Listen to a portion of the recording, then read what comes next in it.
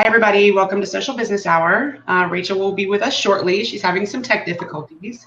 Today, we have the amazing Vincenzo Landino with us, and we are going to be discussing event and content promotion for community building in the coming year of 2016.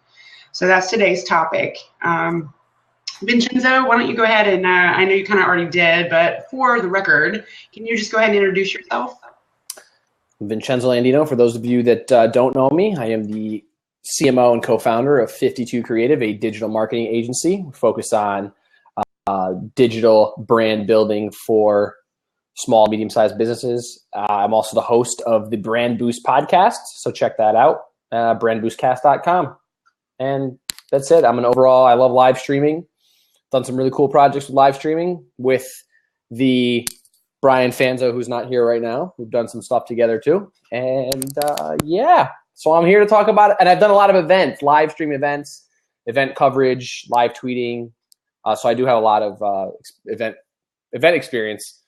Short story, I used to actually do events for a nonprofit for about 3 years, so that's pretty cool too. And I wish we had live streaming and they were more focused on social media and digital during that time that I was there, because we could have killed it and raised way more money than we did. But you live and learn. What's up, Rachel? Does your microphone work yet? Can you hear me? Yeah, baby. Just in time. Dude, you know when you have to be somewhere, your laptop takes like 4 times longer to restart than I was like, Apple froze. I was like, come on. I knew you'd be back. I have faith. We're doing intros. That's it. So the now show must go on. So awesome. Thank you guys for kicking it off. I appreciate it. Back to you, Rachel. Well, I'm excited. This is episode number 48. I realized on the weekend that we're going to hit number 50 by the end of the year, which is a huge milestone for us. So thank you all for tuning in each week. Could not be more excited to have Kristen and Enzo on camera with me today. So because we are running a little late, let's jump into the first question. Email marketing, SEO, social media marketing, in your guys' opinion, which channel is most effective for content and event promotion? You want to go, Kristen? Or you want me to go? Me? Let's see. It's a good question. And for me, I think email marketing is very effective. But here's the thing. You need to have a good base. You know, I could say email marketing, but if you have like 100 subscribers, it's not going to do any good if you're promoting an event. So I recently was at the Social Fresh event in Tampa at the end of October. I'll be at Social Media Marketing World in April. If they don't have really good lists, it's pointless. It's completely pointless for them to email market, right? So then I would say at that point, well, then email marketing is not your thing. You may want to focus on social media marketing. SEO, I mean, listen, your SEO is very important and your website's very important. And that ties into owning your own assets and email marketing as well. A company or a brand or a conference or an event that's doing really well with their own owned assets and media on their website, whether it's their blog, they're probably going to have a really good subscriber base that they're going to have email marketing is going to work really well. But if you're not strong on your own media or your own content, you're probably going to have to resort to social media marketing. And I've seen it done both ways. I'm not going to say either one is more successful.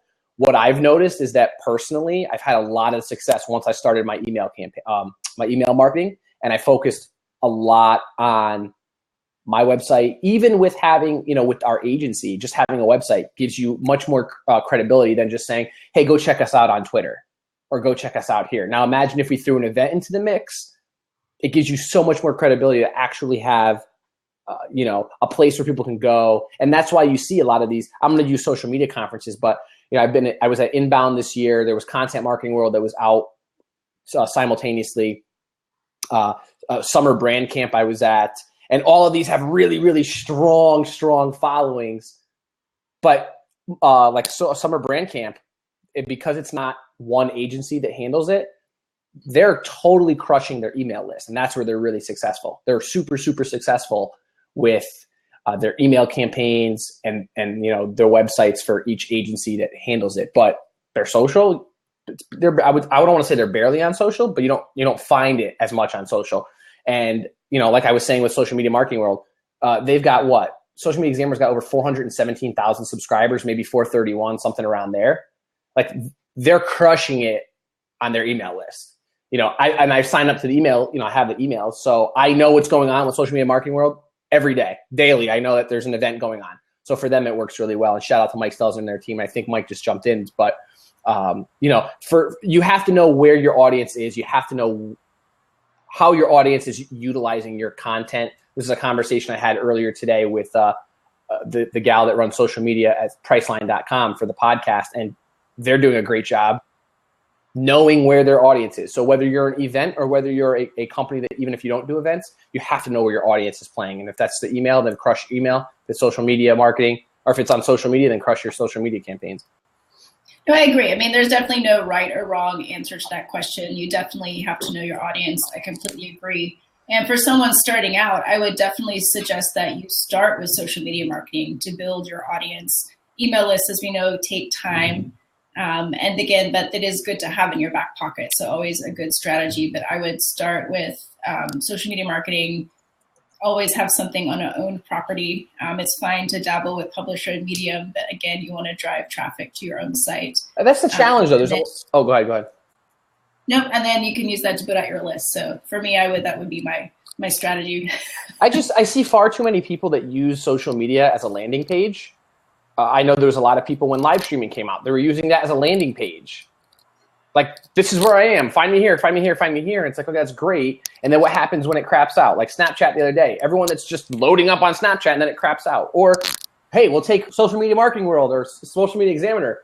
Their Facebook page went down for a couple days, just disappeared. Imagine if they didn't have an email list. Imagine if they didn't have a great website, their own media. Like, it's funny that Mike came in. I didn't plan on talking about Social Media Marketing World and Social Media Examiner, but it works. It fits, right? That's what happened. So, yeah, I mean, I think you need to look at social networks as more of a communication channel. So I definitely wouldn't make them your home. Yeah, no, I agree with that 100%. Prioritize one of, Twitter above Snapchat, depending on your audience. But again, I would always repurpose, even if it's a live stream, get your video, put it onto something that you own. I agree with every comment that's ever made about owned. That's so important. But it is interesting, though, because if you really get down to being practical, especially if you're talking about an individual or a small business with a limited budget, you might see a lot more happening with social or with email than you would with, say, SEO, because that's related to content creation. What if you're not actually, you have your own real estate, hopefully, but you might actually not be creating an awful lot of content. But then what are you doing if you're not creating content? What you're out in the sphere doing, as opposed to, I'm not saying that I don't recommend creating content. I'm just saying that the reality is there's often not, a volume there where SEO is a huge driver for their. Yeah, there's far too many people that plays a role, but again, like if you're pointing all of your social properties to an owned asset, I think that works almost better than SEO. Particularly in the industry that you're in, you might not be able to compete with a lot of the players in your industry, but if you have a strong social presence, you can still push a lot of traffic and see a lot of results. Yeah, I mean, like on social media, you want to have, and I know there's people making these comments here. You want to have conversations on social media. I'm not saying don't have conversations on social media. What I'm saying is don't utilize your social media channels as the only way you're creating content. If you're only, and again, this is what I say, okay? You may feel differently. And if it works for you in another way, just gonna give you a big thumbs up. I'm not gonna say you're wrong. But my thing is I don't want to create or only create content on social media. I don't want people to know about my content only when I post on Facebook or when I do a tweet. So I know it kind of changes based on we're talking about content promotion. So yeah, for me, I need it to be elsewhere too. It adds a lot of, and listen, there's a lot of marketers out there that all they do is market all day. There's not enough content. There's not enough good content. We see a lot of marketing. We don't see enough good content. There's a lot of noise. How do you separate yourself? You separate yourself by creating great content and then using that content to create engagement, whether it's on social channels or if you can on your own media, great. I know that people don't like to comment on blogs anymore, because I want to talk about it on Twitter. That's awesome. But again, we don't know if Twitter shuts off tomorrow, then what? You're going to sit there and be like, oh, I never had any commenting on my blog. No one knows how to comment there because I never opened it for that. Well, I like where you're going, Enzo, because it leads perfectly into the next question. So what role does bridging communities play in event and content promotion? Weird. It's almost like I knew the question. You came across my radar, Meerkat, back in the day. And then, you kind of bridged over to Twitter, Periscope. So I know that's been big for you. So how important is that? Because I know, and my communities are a little bit different. Like the folks that I follow on Twitter versus Facebook or Snapchat, they do vary. So I'm very cautious about the content and events that I promote on each. What role does bridging communities play? It's very important. It's very, very important to be able to, and like you said, you have a grasp on what people are in different different communities, right? So you have a different community on Snapchat than you do on Facebook, than you do on Twitter, and it's okay. But it is important, again, to me, it's very important to know. And for me, the communities I bridge are my owned, my podcast, and then my social. Like those are my three communities that I play in. So I'm going to speak for myself. And so for myself and for us at 52 Creative, we have these three separate entities, so to speak. There are these three separate communities. The people listening on the podcast, I want to drive them over to social because I know that social is going to drive them over to whether it's sign up to the email list, read a blog post, or get them onto the podcast page to where they can go find more content. I don't want to rely solely on one of those aspects. It's important that they all have they're in an ecosystem. There's something going on. One thing I will say though is that when bridging communities, what I don't like to see is, and I know I'm going to get shot for this one, but social buttons on your website, right? It's good because it allows people to share, but I don't want to be sending people away from my site if I get them there. And that's not saying I don't want them to communicate with me on social, but once I've driven them over, they've likely come from social. They've likely come from the podcast. That's why they're checking out my website. So for me, bridging communities is also knowing when not to keep that loop going. Like once you get them into, it's part of the funnel, right? So once you get them to where you want them to be, that's where you got to play with. That's where you want to play with them. And it's okay to still have conversations elsewhere. That's fair. So, I know, Kristen, go ahead. But I have to say this. A lot of times I end up on a website or a blog post because of something I saw on Twitter or elsewhere where the source was not attributed. And that means I don't necessarily know their Twitter handle, which is the first one I'm going to look for. And I want it front and center. Please do not make me hunt and peck. I want to share your content and I want to attribute it to you. So I see what you're saying, and I respect that, but I also think there's an argument to be made for the other scenario. It's interesting. I think it's not really a funnel these days because people are going to loop in and out. It's more like a spider web that all connects to you. It's your mass. But what's at the center of your spider web? You. Right, but online, what is at the center of your spider web? Like that, and I think everyone has to answer that question. What do you want at the center? It's you, and whether you choose that to be an own property, you still need to select something as your home base. Mm-hmm. But I think it's fair that people will, they'll follow your path, their call to action, they'll get to your site, they'll do whatever, commit action you wanted, but then they're going to go back to Twitter, they're going to go back to Facebook, and it's going to be this happy little cycle. You just got to maintain their interest, I think, is the most important.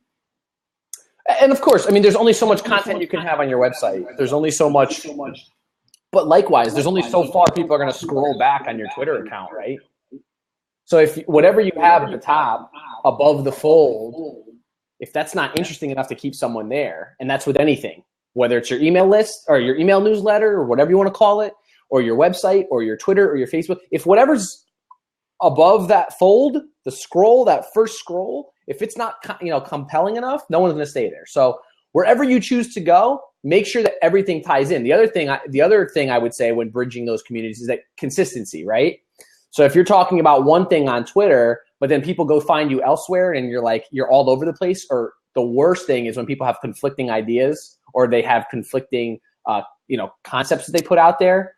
maybe they're high on live streaming on one, but then they're talking bad about, I'm not going to name names, but there's people that are like, Facebook sucks, but then all they do is use Facebook, or they're Twitter experts, but then all you see them is on Facebook and they actually are denouncing Twitter, on their blogs. So I taught a class, or I guest lectured a class in Manhattan at Baruch College last week, and it was an international class, and one of the students, said, sorry, I was reading. Sorry, yeah. One of the students, or actually a lot of them, their question was, how do you find out who the real experts are? And I just laughed, and I felt bad because she didn't understand why I was laughing. She thought I was laughing at her. I was like, no, I'm not laughing at you. And I said, you really have to read content. I had this discussion yesterday with somebody. 60% of people don't go read past the headlines.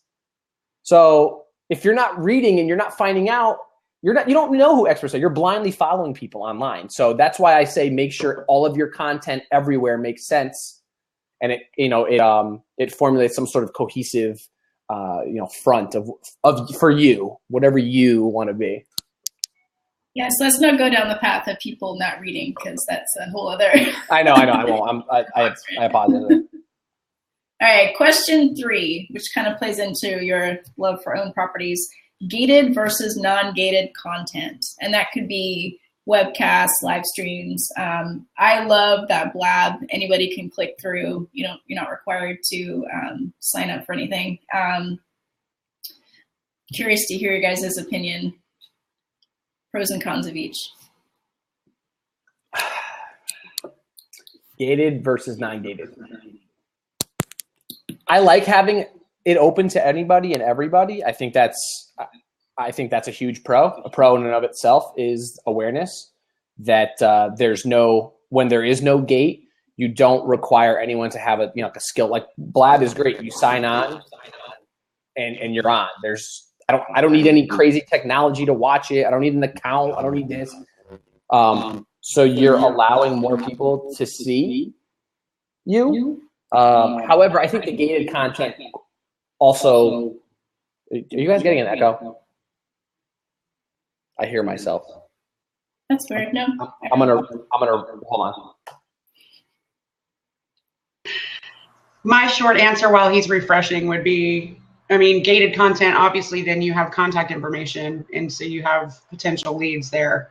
That's the yield. The downside to that would be some people don't want to date you. They just want a one-night stand. So they maybe don't want to give you their email address in exchange. So you might maybe miss out on some of the more tenuous leads that way. I think it's important though. Yeah. It's not even necessarily place, I think, for gated, but all gated all the time, I think, can be off-putting, especially if you're not putting out anything particularly special. I think if I'm going to take the time to give someone, my phone number, my email address, I expect something to be pretty mind-blowing. Not just like, oh, and here's our latest blog post. It's like, well, that's and then too, I think context comes in because, like, okay, so for example, I gave you my email address so that I could come to your webinar. How many times and about what are you contacting me afterward? Because that also matters. If I get one follow-up email, we're still good. I'm not going to break up with you. But if I'm hearing from you every day now, But okay, hold on. That's great, and I'm seeing someone posting here and also asked the question, and I'm pretty sure I know who's behind that account asking the question. But I get that it could get annoying, right? So gated content, there's a reason for it, and I agree with you, Rachel, 100%. If you're not giving me something that's mind blowing or at least halfway decent, I don't personalized. I think that's right. Kind of, if you're doing certain kind of marketing automation, particularly with like a HubSpot or Marketo, having gated content is your way to truly get to know that person. So I would ask thoughtful questions, not just phone number, email, more specific about the industry, the person's role, and do a progressive form. So when they come back to your site, if you've actually provided them with something useful and they come back, don't make them answer the same questions again. Ask them something else that lets you get to know them even better. So there's absolutely different kinds of gates that we can put up there, and there's different levels of personalization. Of course, everybody's looking to get data. That's what we want, right? But at what point or when did it become, isn't it, I don't know how I'm trying to phrase this, but when did it become bad to want to sell or want to make money? And I know that's so black and white of a concept, but when did it become such a bad thing?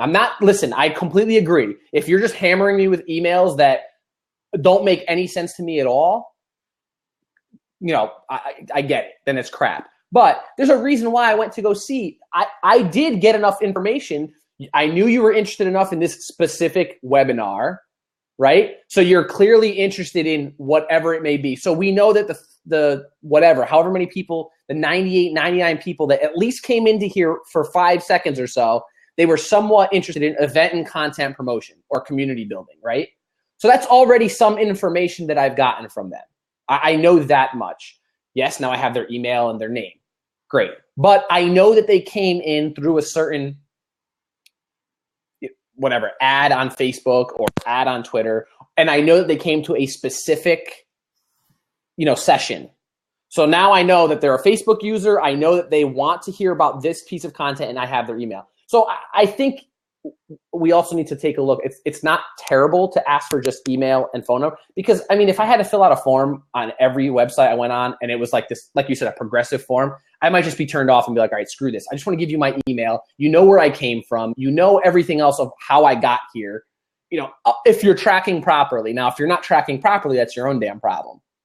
But if you're tracking properly and the websites that you mentioned, like HubSpot is absolutely tracking exactly how I got to that. They know if it was organically on Google. They know if I came through Facebook. They know if I came through a tweet. They know exactly how I got there. You're wearing a gray sweatshirt when you open that email? They probably, they know where I opened it from. So there's a lot of data that's already in there. And that's how you get to know the who. Unfortunately, I think, for me, I wouldn't know. I personally would not. And someone asked the question in here, and I would not want all of those questions right up front. I probably wouldn't answer them and I would leave.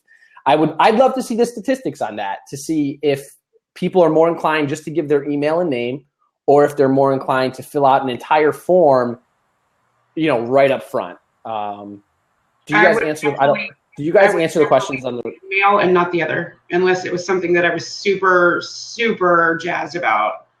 What'd you say? I would give my email if I really want the content. And that's about where it would end. I don't know of any content that would exist that I would be willing to fill out a form for. I'd actually almost be a little skeptical of that.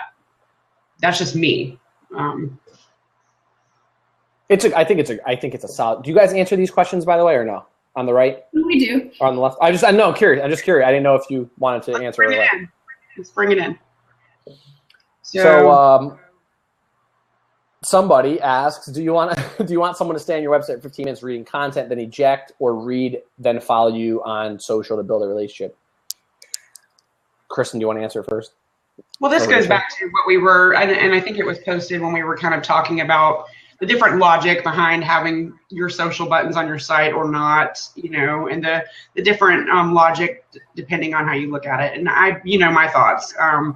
I think I'd rather not assume how they got there and just put those options there, knowing that I might risk what you said. But if they love it so much, then I'm hoping that they'll be back. That's just me. I think you want both. You want them to come to your site, see something they like, and then if I go to a new blog, I always look for their Twitter or their Facebook page to learn more about them. So, if someone's going to spend 15 minutes on your site, they're likely not going to just eject and never come back. 15 minutes is a long time nowadays. So for somebody to spend that much time on a website, here's the thing, I'd rather have them commenting on my comments. That personally, yes, I would love to build a relationship with them on Twitter. But if they're already reading my stuff and they're sharing it, good on me, good on them. But if they're spending that much time, they're likely, like you said, Kristen, they're either going to find me on Twitter, find me on Facebook, find me somewhere else, connect with me there. So I think that kind of goes both, it goes both ways depending on what you're looking for. Yeah, of course, come build a relationship with me on Twitter. Awesome. But is Twitter going to make me money, or is my website going to make me money? And again, I know I relate it back to money, but again, we're in business, right? Social business hour was once social selling hour, right? So are we just hugs and handshakes and thumbs up are great. I love it. I love building the relationships, but we have to get some, we're all in it for something. We all have to be doing something. And that was, to loop back to your comment a few minutes ago when you said, when did selling become bad? It never became a bad thing. We're all in it to make money. That was like hypothetical. What happened was that, online social media, we now have bazillions of people to contact. So people became less concerned with talking to the right people and just talking to everybody, and became annoying. And I think that's where selling got a bad name, because before it was about relationships. It's a handshake. You would know that person. You would know what the inside of their office looked like and their family. And then social media, you're like, I'm going to send this same tweet out to 2,000 people. I don't care who they are. That was my job. So it just became obnoxious, the tactics that we're using because of the new technology. So I think, but those tactics, it's people have been selling since the dawn of time, right? And but listen, it's no difference than cold calling, right? How many people have cold called here in their life? I have. And cold calling is the same thing. I mean, I want to show you guys what I have in front of me. A Yellow Pages, right? People still advertising this crap. I used to look up, this is what I used to do. Go into the phone book, and I would call every number. Just keep working down a phone book. That's how I trained on cold calling. Just keep calling. And so that's a spray and pray tactic. Yeah, Yes. but my tactic was different. When I was cold calling, it was never a cold call. I know. Well, mine were, I've done cold Grandma call. Sue offering her, some new internet. Oh, no. It was, I've done warm calling and cold calling, and it sucks. It never gets better. But yes, on Twitter, you can go back and look at somebody's, timeline, and you're like, all right, this guy's sending the exact same message to 50,000 people. Like, screw you, dude. You're a snake oil salesman, right? Or you're a used car salesman. But why the snake oil salesman, used car salesman? That's because it's been around forever. People have done these tactics forever. So Twitter, Facebook, it just amplifies what you're doing. And if you're a slime ball, Brian Fanzo, to use a Fanzo quote in his honor today, if you suck offline, you're going to suck online. So that's what it comes down to. Okay, let's move to question 4, because this is my my favorite one of the list. I'm doing my best to be Brian today. Sorry, guys. Okay, question 4. How frequently do you tag people in your social posts, and why? All the time. It depends. It depends, though. So there's 2 different types of people that I tag. There's either people that I know are okay with me tagging them in anything I post. And those people are usually closer, like Kristen, right? She won't always have an interest in it, but I know she's always going to help me promote or retweet it or whatever it might be. And then there's people that are directly interested in a post. So if they have some sort of, like Jed Record. So Jed, I just tag him in everything regardless, just because whatever. No, I'm kidding. But yeah, there's definitely 2 types of people to be tagging. I rarely, if ever, will tag like some random person that I've never talked to ever. I mean, if I post something about live streaming and I'm going to go and post it to somebody who I've never spoke to before ever, that's ineffective. That's an ineffective way to be tagging anybody. Like, you shouldn't be doing that. And that's how and in my opinion, that's how people get that like spammy or that salesy when they're trying to pitch like something and they're tagging the crap out of people that they don't know at all. Anytime I have anything that there's a dollar value to, or I'm trying to pitch something, or if it's like, granted, I've done it, an affiliate to some conference, I only use like my trusted friends. If it's an affiliate code, I won't tag other speakers. I learned that the hard way one time. Didn't know somebody was speaking, and it was my affiliate code for the conference. And I tagged a speaker, and somebody was like, yeah, you probably don't want to do that because he has his own affiliate code. I'm like, but so there's definitely different ways to do that. What does Kristen think? Because I know Kristen has a different feel on this one. I think people should let me decide what the etiquette is for tagging. Or Rachel. We will write the book on etiquette. No, I am echoing, but aside from that, I don't mind when my inner circle tags me in anything. Okay, that number of people is very small and very specific, and you know who you are. And if you're not sure, then you're not one of them.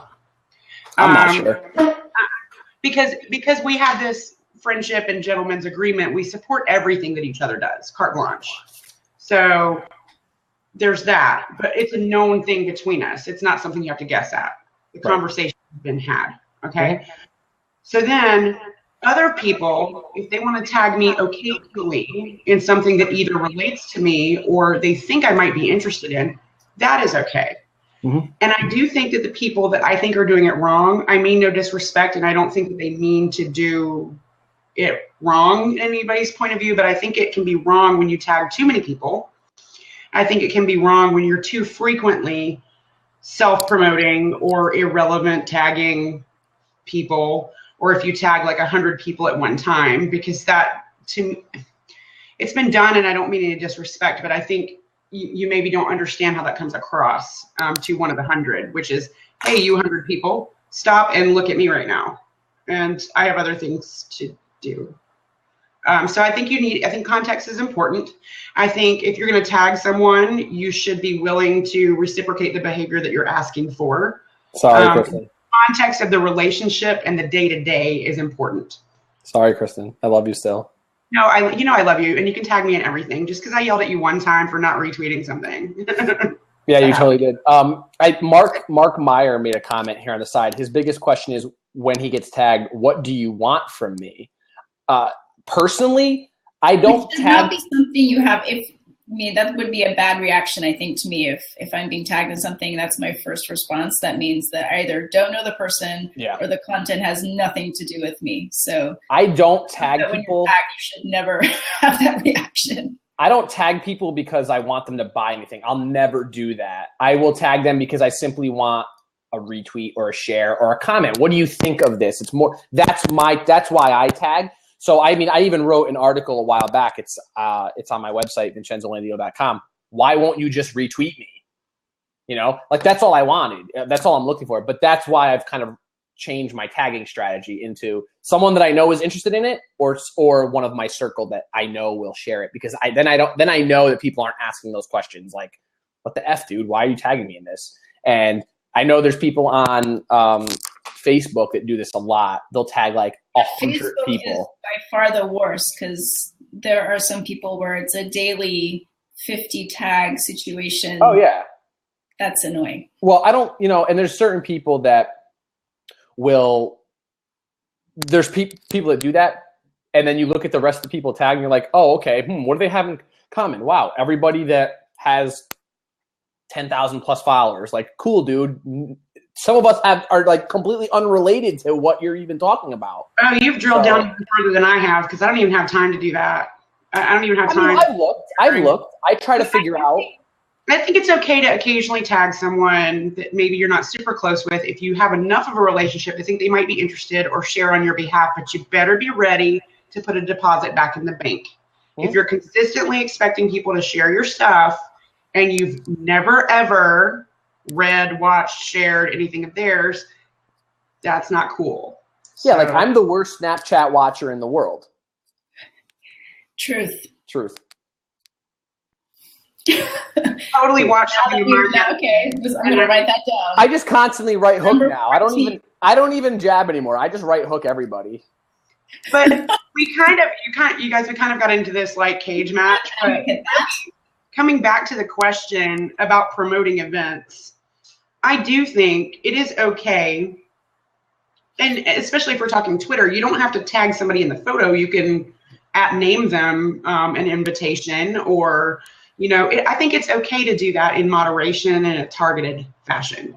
Yeah. I don't think I would definitely suggest versus tagging that whether you curate a Twitter list or you just go through and search people and say, hey, I noticed in your bio you said, or you wrote an article about this, here's an upcoming event. Like, make it personal. They're more likely to click through.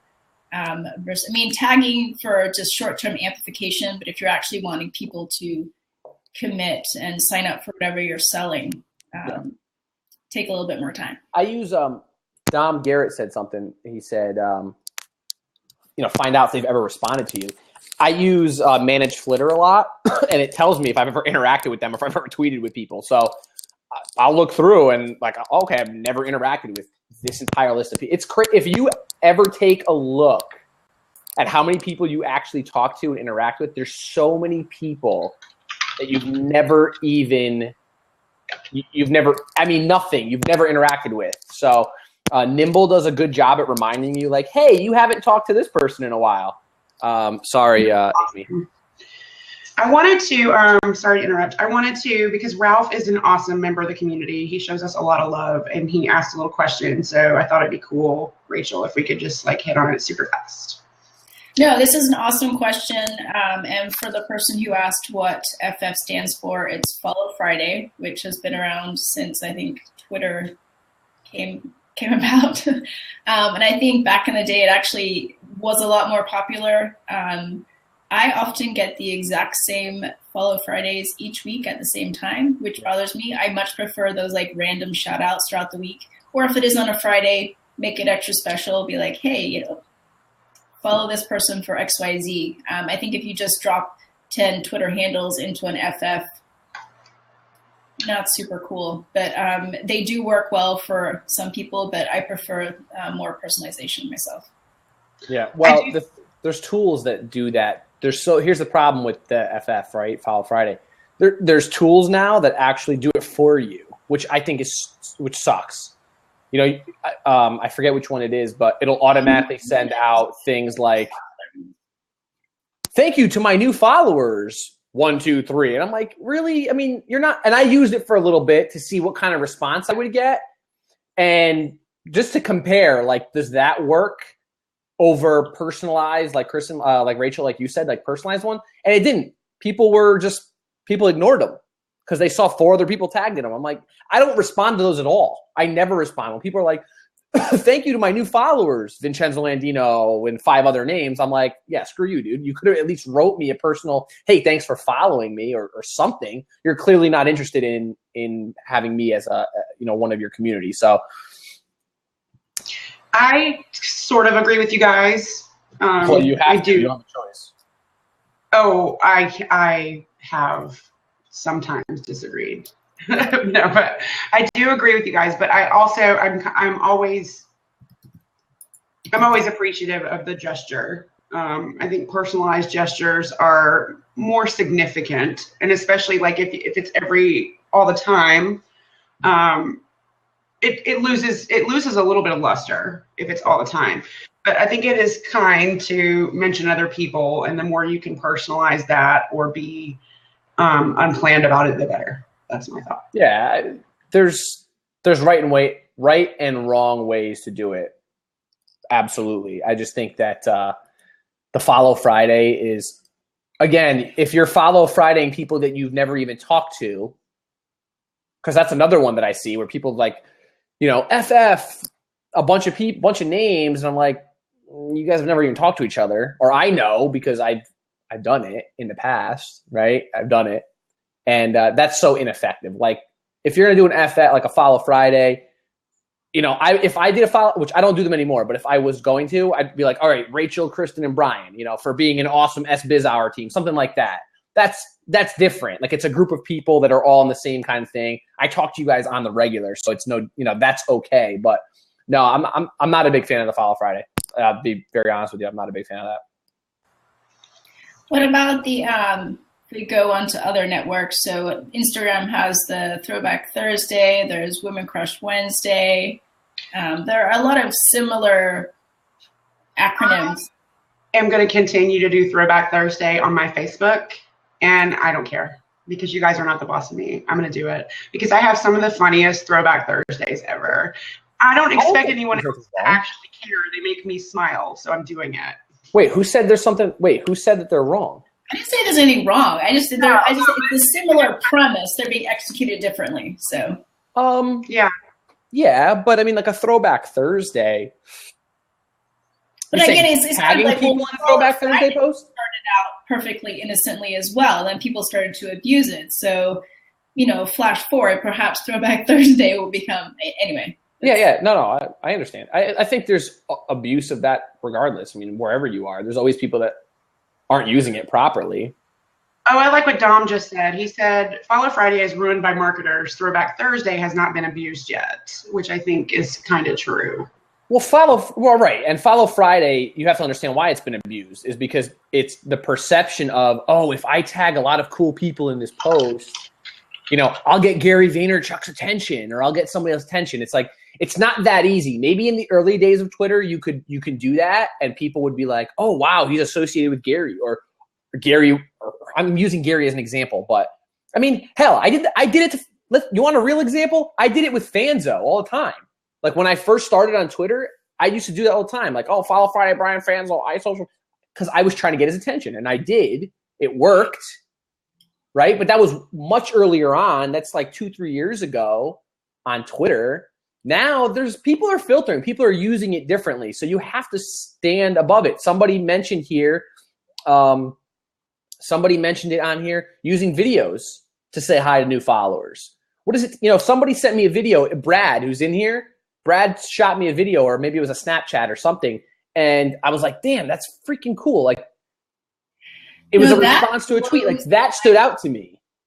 I've been making an effort to expand my network on Twitter.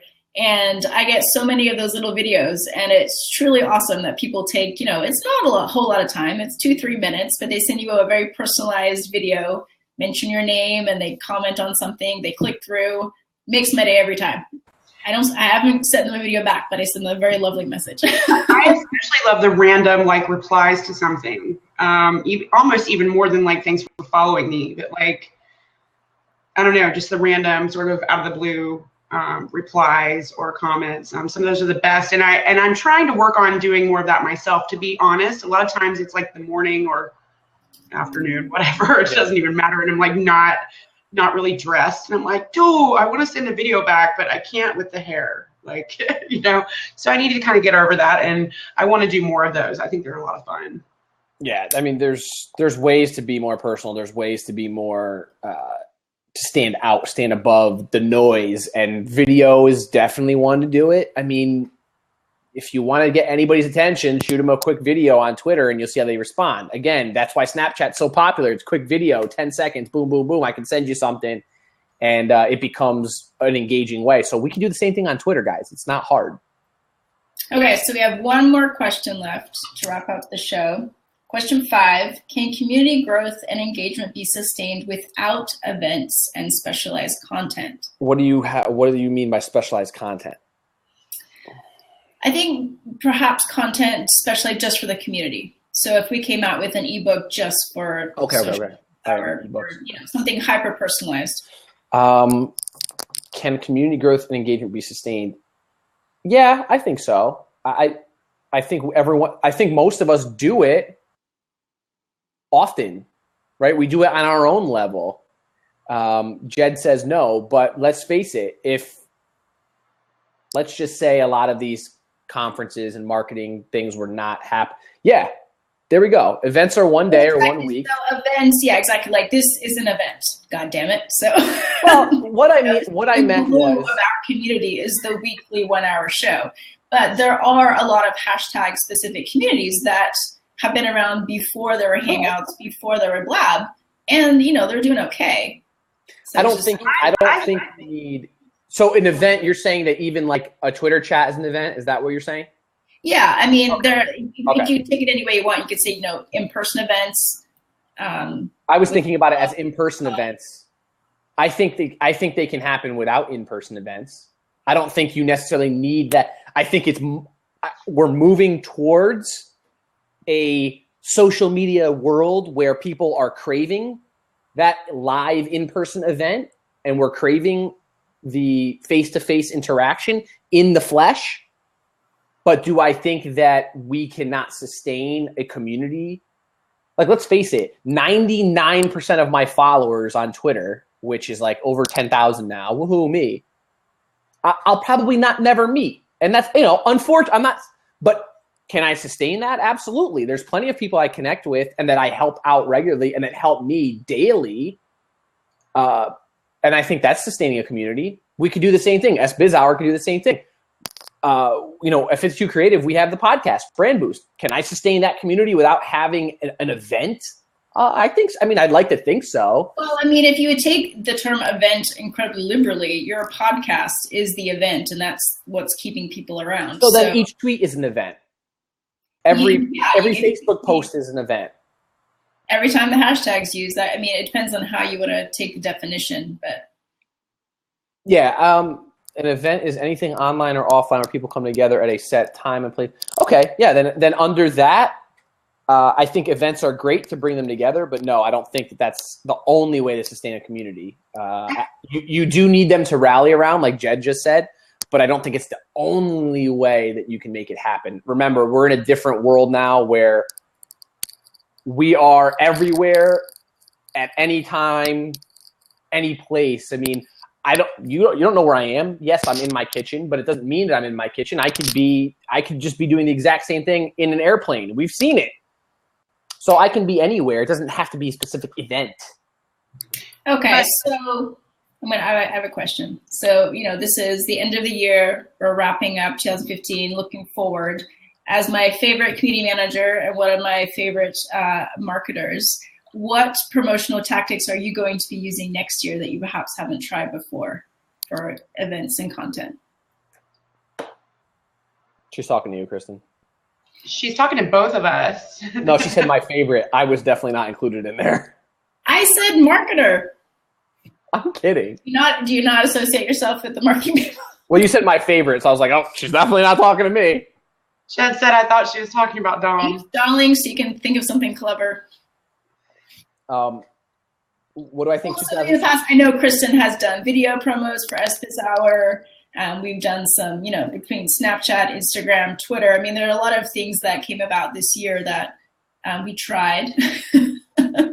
Well, I actually want to revisit some of those that I think I was starting to get legs with, but then I don't know if it was adult ADD or what happened, but I kind of let fall off. I'm really still a little bit fixated on video as an instrument. Just more of the short snack size video content, whether it's on a Twitter card or continuing to do blabs. They don't all have to be an hour. They don't all have to be the show. I mean, there's different ways to leverage it. So I'm really looking pretty hard at all things related to video. And you, Mr. Landino? Well, all right. I mean, here's the thing. Video is going to continue for sure. And that was one of my predictions, earlier in the year that this sub 30-second real-time video. I made the prediction on Rachel, on Brian Kramer just had that marketing predictions blog post. And I said the same thing. We're going to see more and more Snapchat style, like Kristen said, snackable, sub 30-second, and in real time. That's what people want. But I also think that hyper local content, both in when I say hyper local, I want to make sure I project this properly. A hyper local meaning your community. So knowing exactly, this goes back to our earlier question. Hyperlocal content would be us taking and knowing exactly what the SBizHour community wants for content and then delivering that. Same thing with our audiences in business, knowing exactly and again, with the podcast, this is what we're doing. We're listening to what people are talking about. We're listening to what people are saying. What are they looking for? And then tailoring the content. We're 4 days a week now with the podcast. So it's tailoring that content, making sure people are getting the information they want. We were focused a little bit on big brands earlier, but we noticed there was a lot of smaller businesses and marketers that were listening to the podcast, not necessarily the CMOs and the marketing directors. So we were missing a little bit. We were kind of misfiring with our content. It was still great content. We started tweaking. We tweaked it a little bit. And finally, we're like, you know what? Let's get these lesser name people, not necessarily all these big names that people have heard of. Let's get names people have never heard of that are on the, boots on the ground, that are the ones actually coming up with these marketing campaigns. Because let's face it, the CMOs and the marketing directors are probably not doing half the work anyway. They're overseeing it and saying, yep, here's my blessing, whatever. But let's get the people that are actually doing it. And I started noticing that downloads were up, people were commenting and responding, were tweeting at us more. I'm like, wow, we just created. So that hyper local concept. Well, it's kind of personalized. It's like I would rather hear from my peer, like someone doing the similar role at a similar company and magic happen versus, you know, Mr. Big Shot who hasn't actually had boots on the ground for quite a while. And for us, you know, originally when sitting down and trying to create this concept for the podcast, you know, again, we had to figure out how do we produce this? What kind of content we produce? And the goal was to hit CMO. Like that was the goal. CMO, marketing director, like that was the VP of marketing.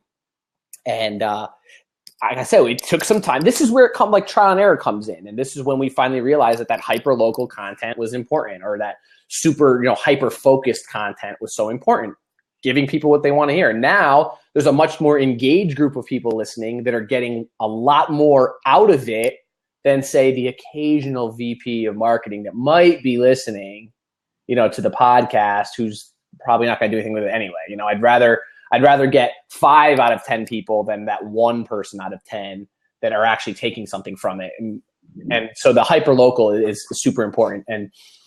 But still, real time live stream video, a lot of behind the scenes stuff has really been working as well. I only see that increasing in 2016.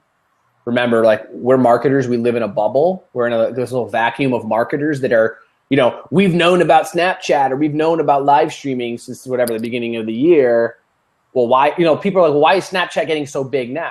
Well, wait a minute. Snapchat's been around for a couple of years. It's just hitting its stride. So live stream, whether or not it picks up right now or even next year, you got to give it you have to give it an entire life cycle before we call anything dead or blooming. Like right now, everyone's excited about it. Let's see what happens once it gets mainstream, like with Snapchat and Instagram. Look at Instagram. It's taking off, skyrocketing. All right, Vincenzo, I love you, but you just took us to church. Okay, we're having a whole church. Recording of Vincenzo, and I love you for it. But I also super fast want to hear what Rachel has to say. I want to turn the question on her, have her answer it.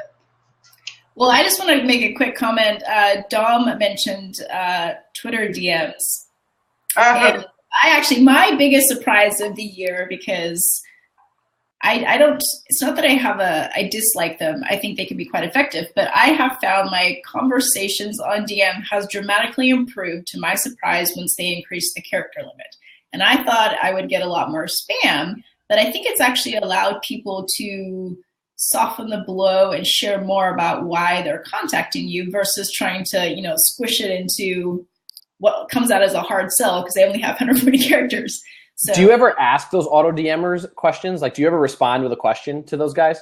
Yeah, I do more often than not. I think. How many respond? I would say half. A lot of people get mad.